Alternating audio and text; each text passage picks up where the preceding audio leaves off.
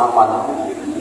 Yang kami hormati, kami muliakan Ustaz yang sengaja kita undang pada malam hari ini, Dr. Doni Putra LCMU, yang sebentar lagi akan memberikan tausiah kepada kita semua. Bismillahirrahmanirrahim. Assalamualaikum warahmatullahi wabarakatuh. Bapak dan Ibu, saya tak banyak menyampaikan.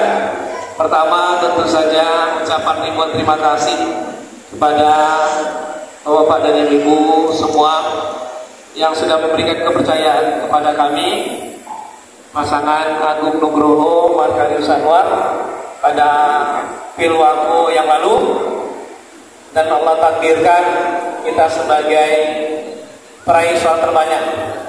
Ya, sudah ditetapkan oleh KPU di kisaran angkanya itu 47%. Peringkat keduanya itu paslon nomor 1 di 20%. Nah, peringkat 3 seterusnya di bawah itu. Ya, mohon doa kita semua, mudah-mudahan sebelum Ramadan nanti itu sudah ganti. Sehingga insya Allah nanti, kemarin Pak Agus berikan saya jadwal untuk mengisi santapan rohani Pak ya. Nah, mudah-mudahan nanti sudah sebagai wakil wali kota Pak. Tapi kalaupun belum kan boleh ceramah ya kan? Insya Allah. Alhamdulillah sudah ada jadwal malam ke-15 yang diberikan oleh Pak Agus. Insya Allah, mudah-mudahan nanti diberikan kesehatan, kesempatan Allah Ta'ala sehingga saya bisa hadir kembali di sini. Dan kalau memang sudah dilantik, saya pun sudah mengajukan juga kemarin, kami diskusi dengan Pak Agung untuk kita masukkan di salah satu safari Ramadan pemerintah kota Pekanbaru. Yang mudah-mudahan itu dapat terlaksana. Mohon doanya. Kemudian terakhir, ya, nanti kalau ada aspirasi ataupun yang dibutuhkan oleh masyarakat kita di Damai Langit dan sekitarnya, jangan segan-segan untuk berkomunikasi dengan kami. Karena kita juga hari ini sedang mengumpulkan juga, menginventarisir juga persoalan-persoalan di Kota Pekanbaru yang memang akan kita jadikan prioritas di dalam pembangunan ataupun penyelesaian masalah-masalah itu. Tempoh hari kita sudah juga belanja masalah, kita sudah keliling ya, di beberapa RT RW, termasuk juga kejadian-kejadian yang terjadi belakangan ini seperti banjir ya. Ada di Panem terakhir di daerah di belakang pasar Panem sana, itu ada wilayah yang masih terendam air. Sudah banjirnya kemarin malam, hujannya kemarin malam sampai tadi siang masih air belum surut. Nah, ini seperti ini kita jemput bolanya, kita cari, kita lihat sehingga nanti ada solusi yang bisa kita berikan. Dan insya Allah mudah-mudahan kami mohon doa semua sehingga kami dapat menjalankan amanah ini sebaik-baiknya, sehingga kita betul-betul dapat ya membenahi Kota Pekanbaru ini, baik di dalam berlubang, sampah, banjir, sebagaimana janji-janji kampanye yang sudah kita sampaikan tempoh hari. Dan insya Allah mudah-mudahan kami ya amanah, mohon doa Pak, mohon diingatkan nanti, semoga kami amanah dan dapat menjalankan tugas ini. Dan insya Allah mudah-mudahan kita terhindar dari pemimpin yang jahat ya Pak ya. Karena berat ini jadi pemimpin ini, jadi perlu doa, dukungan dari kita semua insya Allah. Mungkin itu yang dapat saya sampaikan. Mohon maaf atas segala kekurangan. Wabillahi taufiq wal hidayah. Assalamualaikum warahmatullahi wabarakatuh. Maka Bapak Ibu dimuliakan Allah, daripada beliau sungkan-sungkan nanti di tengah tausiah, saya lepas dengan hati yang senang, dengan muka yang jernih. Semoga lancar semua urusan Pak Wakil Wali Kota. Masya Allah. Oh iya tuh Bapak.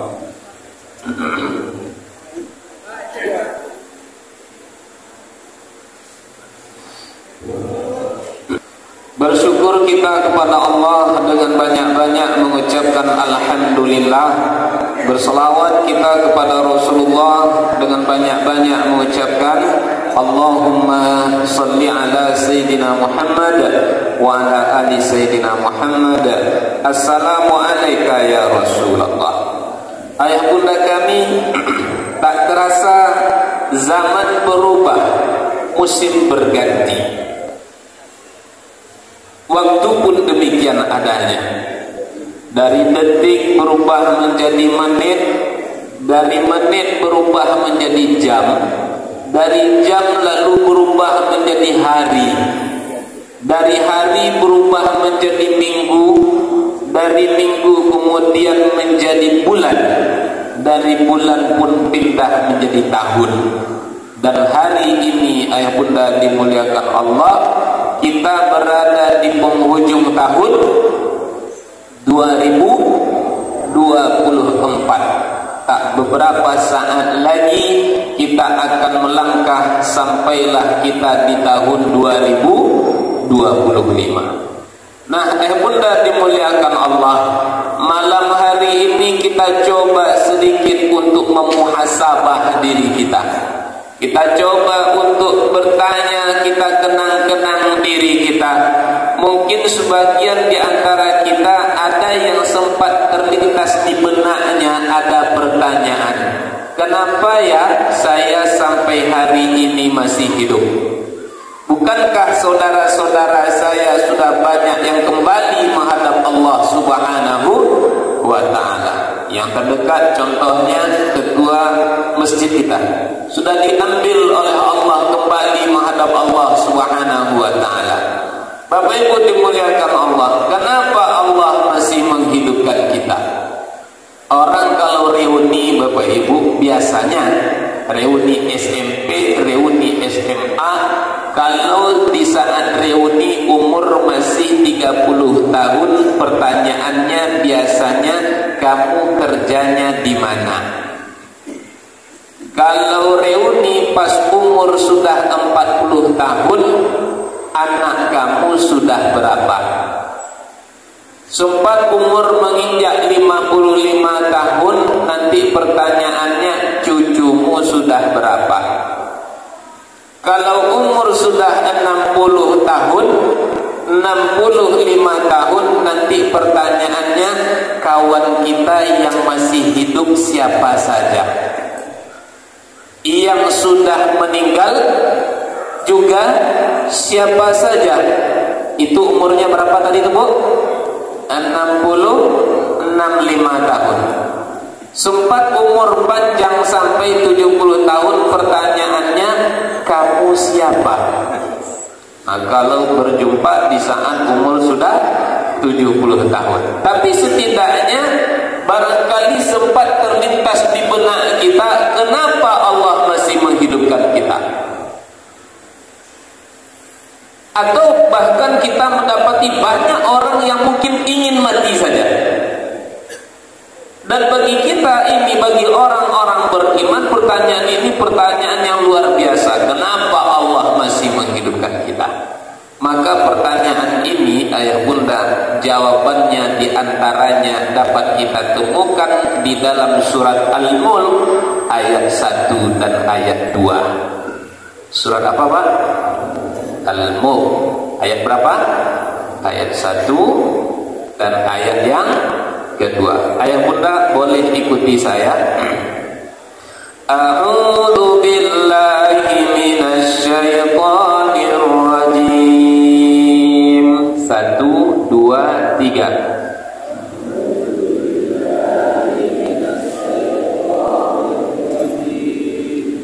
Bismillahirrahmanirrahim.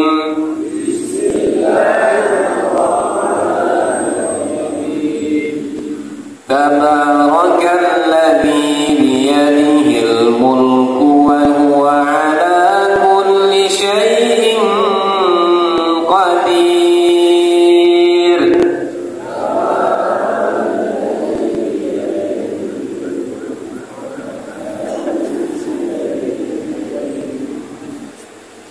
Alladzi khalaqal mauta wal hayah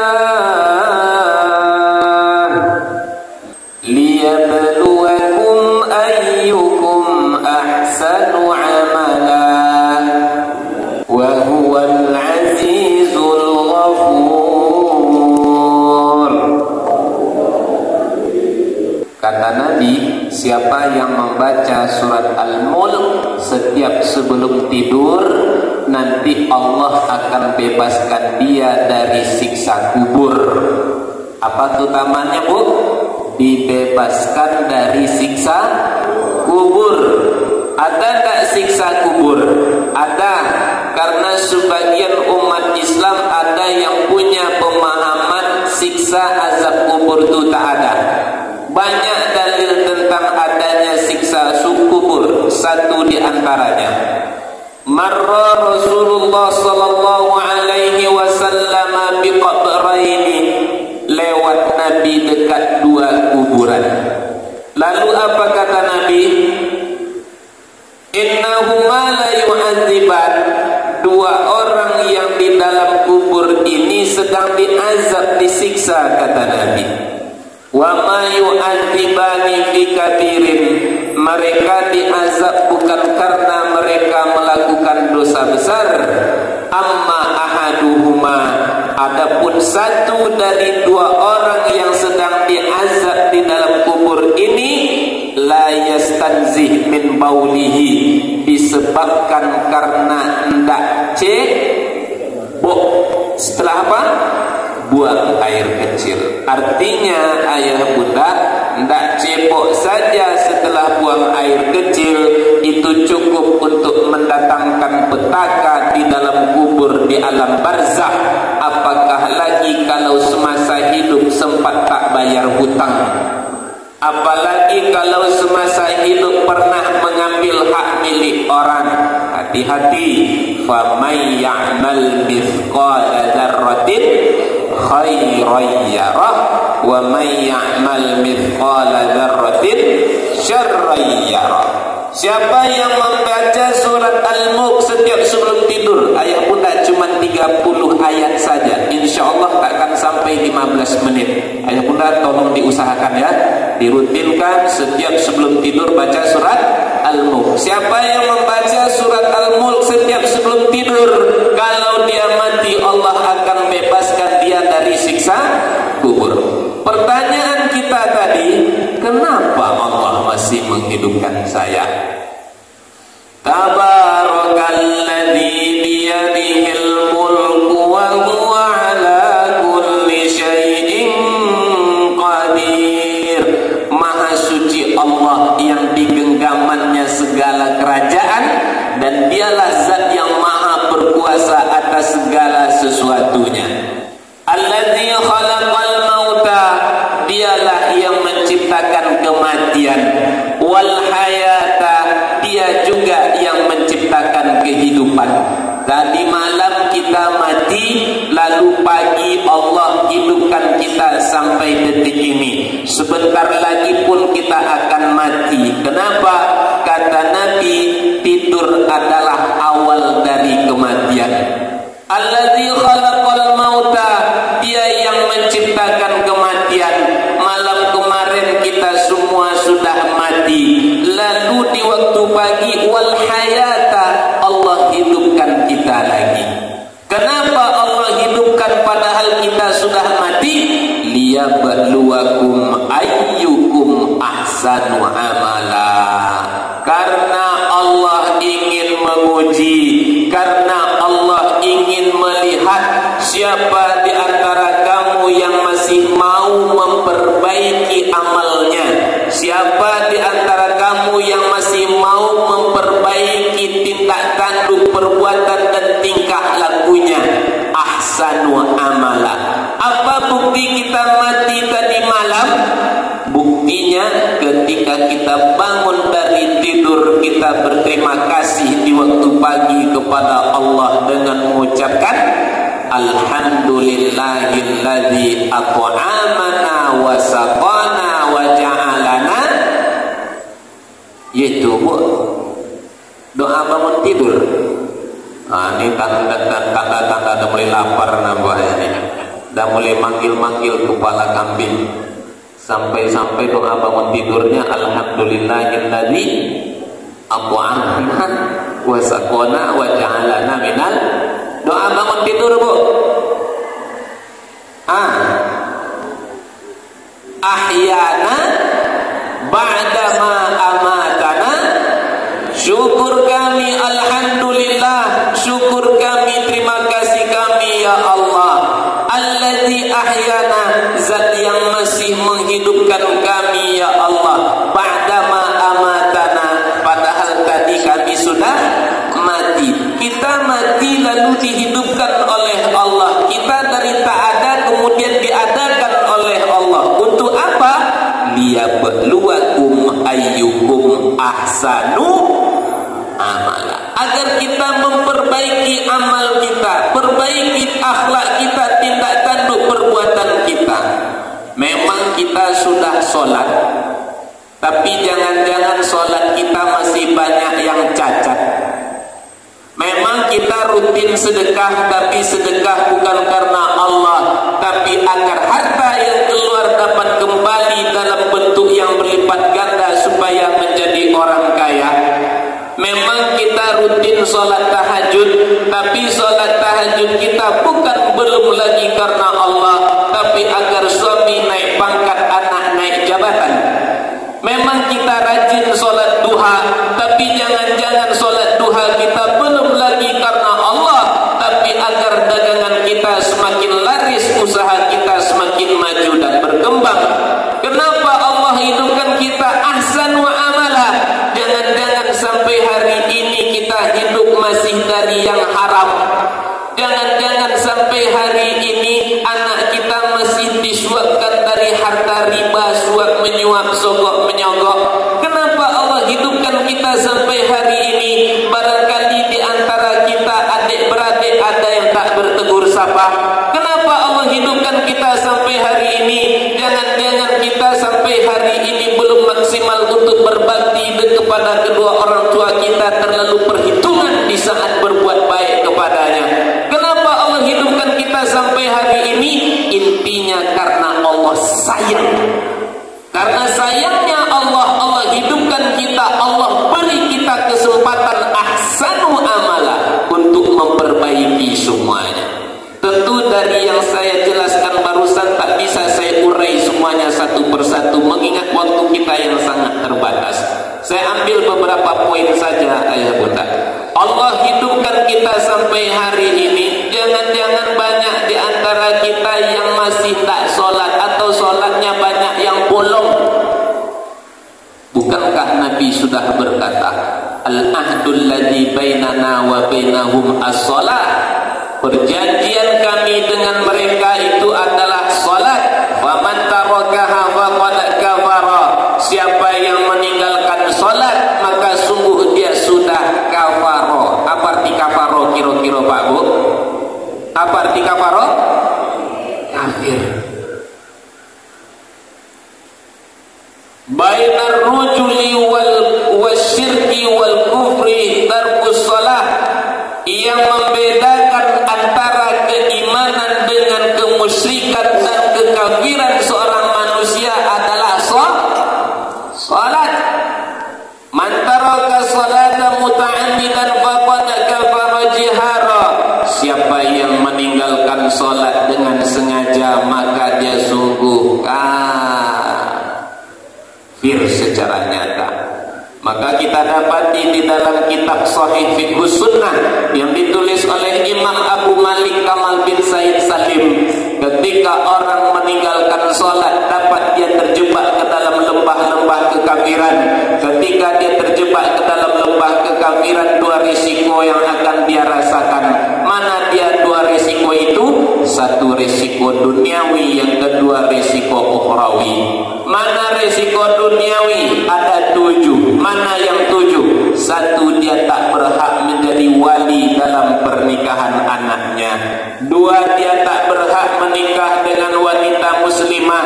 3, dia tak layak diurus jenazahnya ketika meninggal dunia. 4, dia tidak halal sembelihannya. 5, dia tak boleh masuk tanah suci Mekah Al-Mukarramah. 6, dia tidak boleh mewariskan. Yang ke-7, dia tak berhak menerima warisan. Resiko ukhrawinya akan Allah campakkan dia masuk ke dalam neraka Saqar.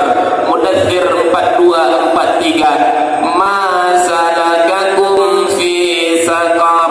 Qalu lam naku minal musallin.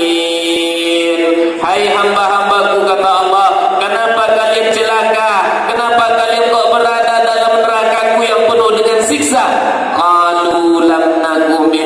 musallin. Ya Allah, dulu di dunia kami tidak sholat. Orang yang sholat saja masih bisa celaka binasa, apalagi orang yang tak sholat sama sekali. Itulah yang Allah abadikan di dalam surat Al-Ma'un. Inna a'tayna Al-Ma'un. Kalau inna a'tayna surat apa, Bu? Al-Kautsar. Memang kuat godaan boleh kambing ini nampaknya. Payah konsentrasi buatnya. Al-Ma'un, yuk kita baca sama-sama.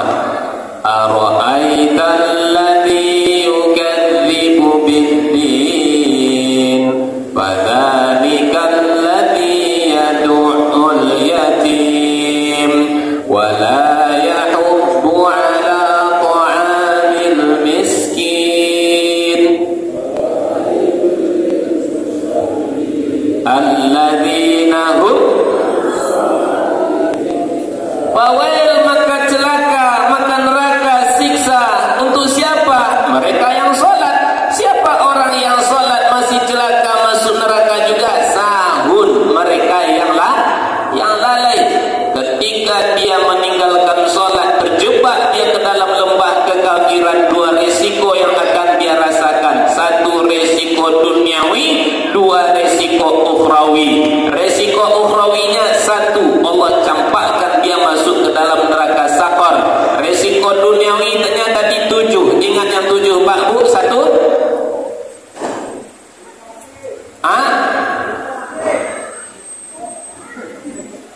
apa Pak?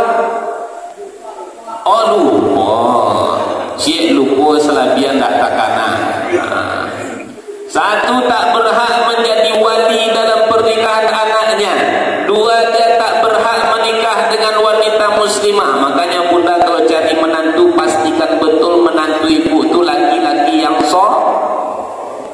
soleh, yang solat. Kalau dia solat, okey.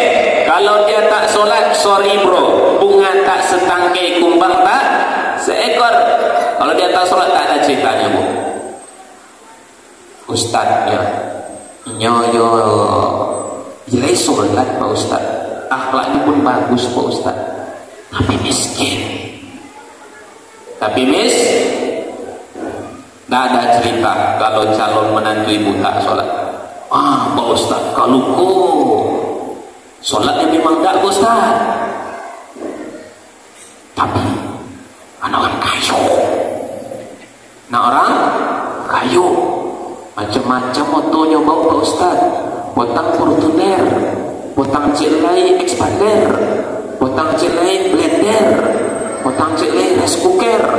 Apapunlah dia bawa, kalau dia tak solat, tak ada ceritanya pun. Kenapa? Kewajiban dia kepada Allah saja dia tak tunaikan, apalagi kepada anak gadis ibu. Tapi insya Allah ibu-ibu di sini takkan susah mencari menantu. Tengok ni banyak anak-anak muda, bujang-bujang lapuk, soleh-soleh, insya Allah ni Bu. Tak payah Bu cari menantu. Ni masih bujang juga katanya. Insya Allah. Katanya. Ada ibu Pak? Aman katanya. Nah, Bapak Ibu dimuliakan Allah Subhanahu wa taala. Allah hidupkan kita supaya apa? Ayyukum ahsanu amala. Perbaiki salat kita. Dari yang tak salat, ayo salat. Dari yang salat sendiri-sendiri, ayo salat berjamaah. Man sami'an nida falam ya'tihi fala salata lahu illa min uzrin. Siapa yang sampai suara azan ke pangkal telinganya tapi dia tidak mau memenuhi panggilan azan untuk berjamaah, sekalipun dia solat dia memang tapi tak berjamaah, solat dia di rumahnya, wala salata lahu, maka tak ada arti solatnya itu illa min uzrin, kecuali kalau ada uzur. Mana contoh uzurnya? Hujan yang selebat-lebatnya, sakit yang sesakit-sakitnya. Kalau hujan lebat, kalau sakit, barangkali uzur bisa diterima. Tapi kalau sekiranya hujan tidak, sakit pun tidak, dia tahu ada azan tapi tak mau dia datang, kata Nabi, sekalipun dia solatnya tak dianggap Allah Subhanahu wa taala. Atarajulun a'ma ila Nabi sallallahu alaihi wasallam, datang laki-laki buta menghadap Rasul. Ya Rasul, aku buta ya Rasul, rumahku jauh ya Rasul, tak ada yang menuntunku untuk pergi berjamaah ke masjid. Di Madinah ini masih banyak binatang buas, wahai Rasul. Tolong beri aku keringanan supaya aku bisa sholat di rumahku, wahai Rasul. Apa alasannya tadi, Bu? Buta, tua, rumah jauh, tak ada yang menuntun, nyawa taruhan karena banyak binatang buas. Faraffasalahu, Rasulullah beri dia keringanan. Yaudahlah Pak, enggak apa-apa Pak, Bapak sholat aja di rumah Bapak, kata Nabi. Falamma walla, ketika dia mau berpisah, mau balik ke rumahnya, da'ahu, dipanggil dia sama Nabi. Apa kata Nabi? Hal tasma'un nida? Oju, bro, besti, sampai tak suara azan ke telinga mas bro? Dengar tak bapak suara azan, kata Nabi.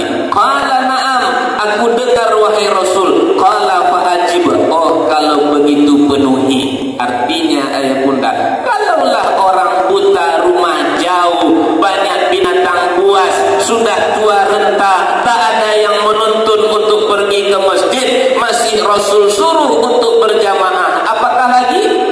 Kita yang tak buta, rumah yang tak jauh, hujan-hujan sedikit, motor, mobil pun ada. Allah hidupkan kita supaya apa? Ahsanu amalah, perbaiki ibadah kita. Memang hari ini kita sudah baca Al-Quran, tapi barangkali masih banyak yang asal-asalan. Tak peduli dengan mana yang panjang, mana yang pendek, harokatnya lantak saja, sesuka hati saja membaca Al-Quran. Al-Quran kalamullah. Kita aja Pak, kita aja. Kalau orang Minang Pak, banyak kata-katanya. Ada kata mendaki, ada kata melereng, ada kata mendata, ada kata menurun. Maksudnya setiap penempatan berhadapan dengan siapa. Intinya berhadapan dengan siapapun kita dipilih-pilih ucapan kita. Ini sekarang kalamullah. Jangan sampai kita memposisikan kalamullah lebih di bawah lagi daripada kalam manusia. Ingat ayah bunda, salah harokat Al-Quran salah artinya, salah panjang pendek salah artinya, salah huruf salah artinya. Allah hidupkan kita sampai hari ini, jangan-jangan bacaan Al-Quran kita masih asal-asalan, maka di saat Allah hidupkan perbaiki. Jangan-jangan sampai hari ini ayah bunda dimuliakan Allah, kita masih hidup dari yang haram, dari suap menyuap, dari sogok menyogok, dari harta riba. Bukankah Allah mengatakan wa ahallallahu al-bai'a wa harrama riba? Allah halalkan jual beli, kemudian Allah mengharamkan riba. Riba talaka wa sab'una abwab. Riba ada 73 tingkatan dosanya. Aisaruha, seringan-ringan dosa bagi para pelaku riba, ayyakihar rajulu ummahu, sama dengan seorang lelaki yang menzinahi ibu kandungnya, sama dengan seorang wanita yang berzina dengan ayah kandungnya. Ada seorang sahabat namanya Abu Dujana. Siapa namanya Pak? Abu Dujana. Suatu ketika, berkali-kali didapati oleh Nabi, Abu Dujana ini kalau habis sholat subuh langsung dia pulang. Assalamualaikum warahmatullah, Assalamualaikum warahmatullah. Dia langsung pulang. Kok balik si Abu Dujana? Besok macam tu lagi. Assalamualaikum warahmatullah, Assalamualaikum warahmatullah. Nabi kalau selesai solat itu kan dibalikkannya menghadap ke jamaah. Nampak Abu Dujana sudah nyelonong dia pulang. Balik dia. Besoknya seperti itu lagi, tak sekali dua kali dia seperti itu. Akhirnya ditanya Nabi, Abu Dujana, kenapa kok habis solat subuh ente langsung pulang?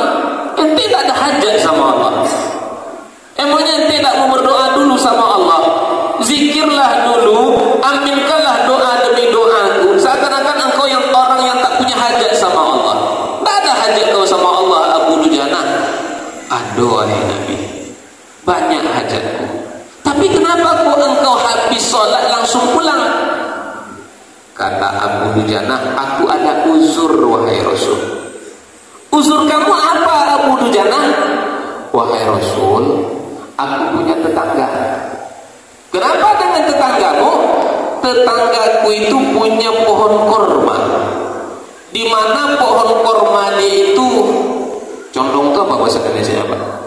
Ya, kecondong lah. Miring ke rumahku, ke halamanku wahai Rasul. Terus kalau malam datang angin bertiup kencang, buah kormanya itu sering jatuh ke halaman aku.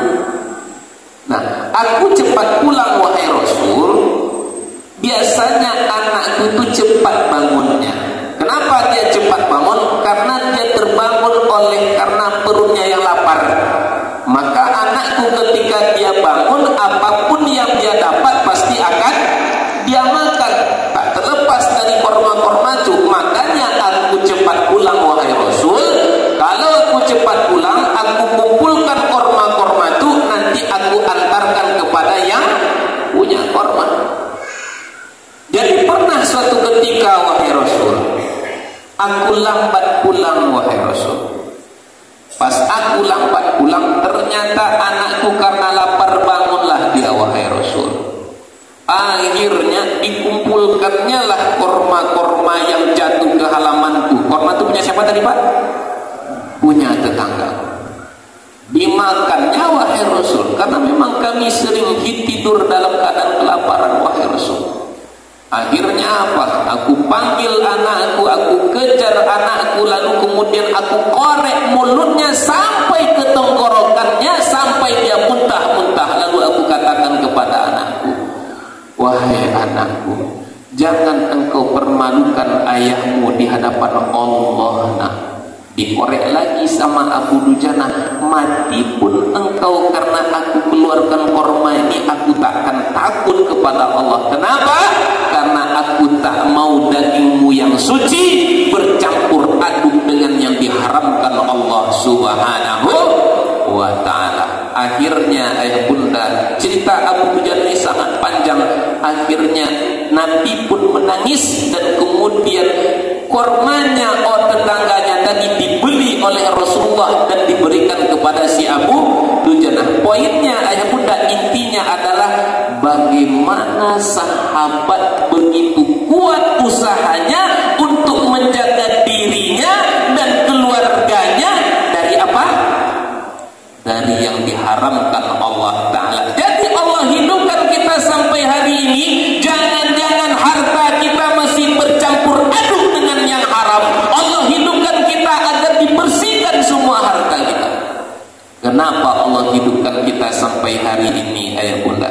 Jangan-jangan di antara kita masih ada yang terputus tadi silaturahminya. Namanya hidup kita takkan lepas dari yang namanya masalah. Adik beradik bisa bermasalah, bertetangga bisa bermasalah. Kita di masjid ini bisa bermasalah enggak Pak? Masalah. Kadang-kadang kita tidak cukup dewasa untuk menghadapi masalah, sehingga ukhuwah kita terkoyak. Bertetangga masalah, gara-gara pokok mangga jadi masalah. Jatuh daun mangga ke rumah dia marah-marah. Tapi kalau buah mangga yang jatuh ke rumah dia, nah dia diam-diam aja. Kalau bisa hendaknya semua buah mangga jatuh ke rumah dia, yang daunnya jatuh ke rumah orang yang punya. Ini orang bahasa Pariamannya cat water. Tahu Bapak Ibu cat water? Cat kucing, water air. Kunciangai dia. Saenake udele dewe nan kalama de awak surang masalah. Adik-beradik bisa bermasalah. Adik-beradik bisa bermasalah. Noji dan kampai rumahnya Ustaz. Haram dan kampai minta maafkannya. Noji je, haram je. Adik-beradik tak bertegur sapa 15 tahun lamanya. Bukan cerita kedai kopi Pak, real. 15 tahun tak bertegur sapa. Jadi Pak, malam hari ini kalau ada di antara kita yang silaturahminya masih terputus dengan siapapun jugalah dianya, terlebih adik-beradik. Yang memasakkan saya, yang memandikan saya, bahkan yang mencebokkan saya adalah abang dan kakak saya. Mungkin kita semua rata-rata seperti itu. Tapi kadang-kadang kenapa setelah kita sukses, kenapa ketika kita sudah berkeluarga, berumah tangga, lalu kemudian kita berubah dengan orang-orang yang terdekat dengan kita. Sampai-sampai kok bisa terjadi noji dengan baik rumahnya, haram dengan minta mohonnya. Adik-beradik tak bertegur sapa karena warisan. Maka kalau hari ini Pak itu sempat terjadi pada diri kita, Allah masih sayang kepada kita. Bukti Allah sayang itu apa? Allah hidupkan kita supaya apa? Hubungkan silaturahmi kita. Bukankah Nabi sudah berkata, la yahillu li muslimin ayyahjira akhahu tidak halal bagi seorang muslim untuk tidak bertegur sapa dengan saudaranya lebih dari 3 hari aja tak boleh Pak, apalagi sampai 15 tahun. Saya tutup dengan satu hadis Nabi. Datang seorang wanita menghadap Rasulullah, ya Rasulullah, innahu li jiran, aku punya tetangga wahai Rasul. Kanat tasumun nahar, dia malam salat tahajud wahai Rasul, wa taqumul lail, siang dia tasumun nahar, siang dia puasa, wa taqumul lail, malam dia salat tahajud. Bapak Ibu, orang kalau gampang qiyamul lail, salat sunnah yang lainnya pasti mudah. Duha, qobliyah, ba'diyah pasti mudah kalau orang sudah terbiasa qiyamul lail. Ada orang mengadu kepada Rasul, wahai Rasul, aku punya tetangga rajin salat tahajud, tak ketinggalan puasa sunnah. Bagus itu kata Nabi. Walakin ya Rasulullah, tetapi wahai Rasul, tetapi apa Bu? Tu'dhi jiranaha bilisaniha, tapi hubungannya dengan tetangganya tak baik, muka belakang tak akur, adik-beradik tak bertegur sapa. Memerah wajah Nabi bertanda marah. Lalu apa kata Nabi? Fahiya finnar, tempat orang yang rajin sholat tahajud, tak ketinggalan puasa sunnah, nar, di dalam neraka. Maka ayah bunda, malam hari ini kita berkumpul di sini untuk mengenang masa-masa yang sudah berlalu, apa yang sudah kita lakukan, apa yang akan kita lakukan di masa yang akan datang. Dan pada akhirnya Bapak Ibu, kita bermohon kepada Allah, semoga kita semua Allah mampukan untuk menjadi ahsanu amala, untuk bisa memperbaiki amal ibadah kita, mampu kita memperbaiki hubungan dengan Khalik, bisa kita memperbaiki hubungan kita dengan sesama makhluk. Kita tutup majlis kita ini dengan sama-sama berdoa, bermohon kepada Allah Subhanahu wa taala. Sebelum kita berdoa, Bapak Ibu dimuliakan Allah, kita awali dengan sama-sama beristighfar sebanyak 7 kali. Astaghfirullah